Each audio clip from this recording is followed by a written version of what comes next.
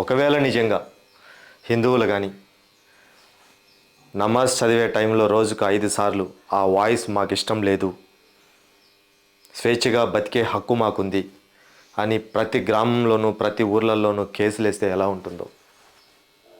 బాగుంటుందా? వీళ్ళ దగ్గర ఏ వస్తువు కొనకూడదు అని ఒకరు డిస్కషన్ చేస్తే బాగుంటుందా? అసలు హలాల్ ఎందుకు వచ్చింది? గొంతు కోసేటప్పుడు చదవాల్సిన హలాలు ఇంటికి జుట్టుకు రంగు వేసుకునేదానికి కూడా హలాలు, ఇల్లు కొనేదానికి కూడా హలాల్ అనే ప్రవర్తన ఎందుకు వచ్చింది? వీళ్ళు మన దగ్గర దోచుకుంటున్నారు అనే ఆలోచన వాళ్ళకు వస్తే బాగుంటుందా? నేను కొనే పూజలు పునస్కారాలు చేసే ప్రతి వస్తువు ఆవు మాంసం తినేవాడి దగ్గర కొంటున్నాను అనే ప్రవర్తన వస్తే బాగుంటుందా?